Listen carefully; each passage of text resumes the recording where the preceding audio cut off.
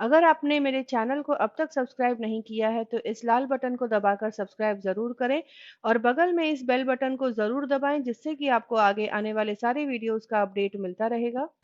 आज मैं बताऊंगी मिडल ईस्टर्न कुजीन की फ़लाफ़ल और उसके रैप बनाने की रेसिपी। तो यहाँ पर ये देखिए पीटा ब्रेड की रेसिपी मैंने डाली हुई है, उसे आप देख सकते हैं। तो सबसे पहले अब मैं बनाऊंगी फ़लाफ़ल, जिसके लिए 250 ग्राम काबुली चना मैंने रात भर भिगो कर रख लिया था। इसे मैं एक ब्लेंडर जार में ले लूँगी और इसके बाद इसमें मैं डाल दूँगी एक मीडियम साइज़ का प्याज पतले स्लाइसेस में काट कर। थोड़ा सा धनिया पत्ता यहाँ पर मैंने डाल दिया है। इसके बाद इसमें मैं डाल दूँगी 7 से 8 काले मिर्च। मसालों में मैंने ले लिया है धनिया पाउडर और जीरा पाउडर। इसके बाद इसमें मैं डाल दूँगी नींबू का रस, लहसुन की कलियाँ, नमक स्वाद अनुसार और इसके बाद इसमें मैं डालूँगी 1.5 से 2 टेबलस्पून के आसपास मैदा। तो इससे बाइंडिंग आ जाएगी। और अब पार्सले नहीं है तो उसका क्या सब्स्टिट्यूट ले, तो यहाँ पर मैंने ले लिया है 1 छोटा चम्मच अजवाइन, जिससे बहुत अच्छा फ्लेवर आएगा। और अब इसे एकदम सूखा ब्लेंड कर लेना है, बिल्कुल भी इसमें पानी नहीं डालें और एकदम फाइन पेस्ट नहीं बनाना है, दरदरा रखना है इस मिक्सचर को, इस बात का ध्यान रखें। तो अगर आप मिक्सर जार में भी ये मिक्सचर बना रहे हैं तो पानी बिल्कुल न डालें, सारी चीज़ों को बीच में इकट्ठा करते रहें और ब्लेंड करते रहें। तो अब कंसिस्टेंसी कैसे पता चले, ये सबसे बड़ा सवाल है। तो सारा मिक्सचर दरदरा होने के बावजूद भी एक साथ आने लगेगा, तब तक इसे ब्लेंड कर लेना है। तो यहाँ पर मैं एक बार ढक्कन हटाकर आपको दिखा देती हूँ। ये देखिए अभी भी बड़े बड़े चंक्स हैं और मिक्सचर अभी तक पूरा एक साथ नहीं आया है। तो सारी चीज़ों को चम्मच से बीच में इस तरह से इकट्ठा करें और ब्लेंड कर लूँगी। तो ये प्रोसेस 3-4 बार करने से ये पूरा मिक्सचर एकदम सही कंसिस्टेंसी में बन के तैयार हो जाएगा। तो यहाँ पर आखिर में आधा टीस्पून बेकिंग सोडा लेकर इसे भी मैं अच्छे से ब्लेंड कर लूँगी। तो फलाफल अंदर से एकदम ही फ्लफ़ी और सॉफ्ट बनेंगे। अब मैं इस मिक्सचर को एक मिक्सिंग बोल में निकाल लूँगी। इसकी बाइंडिंग कंसिस्टेंसी आप चेक कर सकते हैं। छोटे छोटे गोले बनाने हैं तो एक बड़ा टेबलस्पून के माप से इस मिक्सचर को लें और फिर इसके छोटे छोटे गोले बनाकर थोड़ा सा चपटा कर लें और इस तरह से इसे तैयार कर लेना है। तो ये देखिए एकदम इस तरह से छोटी छोटी टिक्की बनाकर तैयार कर लेनी है। टिक्की बनकर हो जाए उसके बाद तेल गरम होने के लिए रखें मीडियम हॉट ऑयल में। इसे मीडियम आंच पर फ्लेम को रख के सुनहरा होने तक इसे फ्राई कर लें। फ्राई होने के बाद बहुत ही क्रिस्पी और टेस्टी ये फलाफल बनकर तैयार हो जाएंगे। एक तरफ से करीब 30 से 40 सेकेंड के लिए इसे फ्राई करें। जैसे ही हल्का सुनहरा हो जाए इसे पलट कर दूसरी तरफ से भी फ्राई कर लेना है और पलट पलट कर दोनों तरफ से अच्छा सुनहरा रंग आ जाए तब तक इनको फ्राई कर लें। फ्राई हो जाने के बाद इसे टिश्यू पेपर पे निकाल लें ताकि इसका जितना भी एक्स्ट्रा तेल है वो निकल जाए। और यहाँ पर हमारे क्रिस्पी फलाफल बनकर तैयार हो गए हैं। इसी तरह से सारे फलाफल बनाकर मैं तैयार कर लूँगी।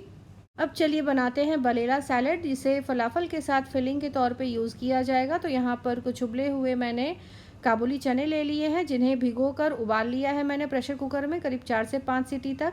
फिर आधा कप डाल दिया है बारीक कटा हुआ टमाटर, बारीक कटी हुई ककड़ी, कुछ ब्लैक ऑलिव्स थे मेरे पास उसे डाल दिया है। फिर यहाँ पर बारीक कटी हुई शिमला मिर्च मैंने डाल दी है, तीनों रंग की शिमला मिर्च मैं यहाँ यूज़ कर रही हूँ। इसके बाद बारीक कटा हुआ प्याज। तो बहुत ही कलरफुल और टेस्टी सैलेड बन के तैयार होगा। इसे फलाफल के साथ फिलिंग के तौर पे यूज़ किया जाता है, जिससे फलाफल सैंडविच जो है बहुत ही टेस्टी बनता है। अब यहाँ पर डाल दिया है मैंने थोड़ा सा कुटा हुआ काले मिर्च का पाउडर, नमक स्वाद अनुसार और करीब 1 से 2 टेबलस्पून नींबू का रस। इसे अच्छे से मिक्स कर लूँगी। साथ ही साथ डाल दूँगी थोड़ा सा ऑलिव ऑयल यानी कि जैतून का तेल। जैतून का तेल हेल्थ के लिए बहुत अच्छा होता है और इसे डालकर अच्छे से मिक्स कर लेना है। अब फ्लेवर के लिए यहाँ पर मेरे पास कुछ बेसिल के पत्ते हैं, इन्हें लेकर बारीक काट लूँगी इस तरह से और फिर इन्हें सैलेड में डालकर अच्छे से मिक्स कर लूँगी। तो बहुत ही अच्छा फ्लेवर आता है फ्रेश बेसिल के पत्तों का। अगर आपको फ्रेश बेसिल के पत्ते ना मिले तो इसकी जगह सूखे हुए पत्ते जो बाज़ार में मिल जाते हैं उन्हें आप यूज़ कर सकते हैं। तो यहाँ पर फ्रेश बेसिल के पत्तों को डाल दिया, इसे अच्छे से मिक्स कर लूँगी। तो यहाँ पर हमारा बलीला सैलेड बन के तैयार हो गया है। इसके बाद मैं बनाऊँगी तज़ीकी सॉस, जो कि बहुत ही सिंपल तरीके से घर में बनकर तैयार हो जाता है। तज़ीकी सॉस में जो हर्ब यूज़ होता है इसे हम इंडिया में यानी कि अपने देश में सोआ कहते हैं, जो कि काफ़ी आसानी से मार्केट में मिल जाता है, यानी कि दिल लीव्स। तो इसे बारीक काट लेना है। सोआ को पालक के साथ भी यूज़ किया जाता है, जिससे कि पालक की सब्ज़ी बहुत टेस्टी बनती है। सोआ से दाल बनाएं तो बहुत ही टेस्टी दाल बनता है। सोआ बहुत ही अच्छा होता है हेल्थ के लिए। तो इसे फ्लेवर के तौर पे डिप्स में यूज़ किया जाता है, जिससे कि बहुत अच्छा टेस्ट आता है।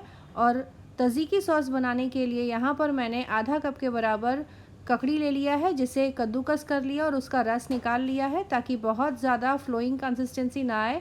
और यहाँ पर अगर आपके पास ग्रीक योगर्ट ना हो तो हंकर्ड भी यूज़ कर सकते हैं। यहाँ पर मैं भी हंकर्ड ही यूज़ कर रही हूँ और इससे भी बहुत अच्छा टेस्ट आएगा इस डिप में। तो इसे डालकर अच्छे से मिक्स कर लें। फिर 1 चम्मच मैंने यहाँ पर कद्दूकस किया हुआ लहसुन यूज़ किया है। आप चाहें तो गार्लिक पाउडर अगर आपके पास हो तो आधा छोटा चम्मच उसे डाल सकते हैं। काले मिर्च का पाउडर डाल दूंगी, नमक स्वाद अनुसार और नींबू का रस। और इसके बाद सारी चीज़ों को अच्छे से मिक्स कर लेना है।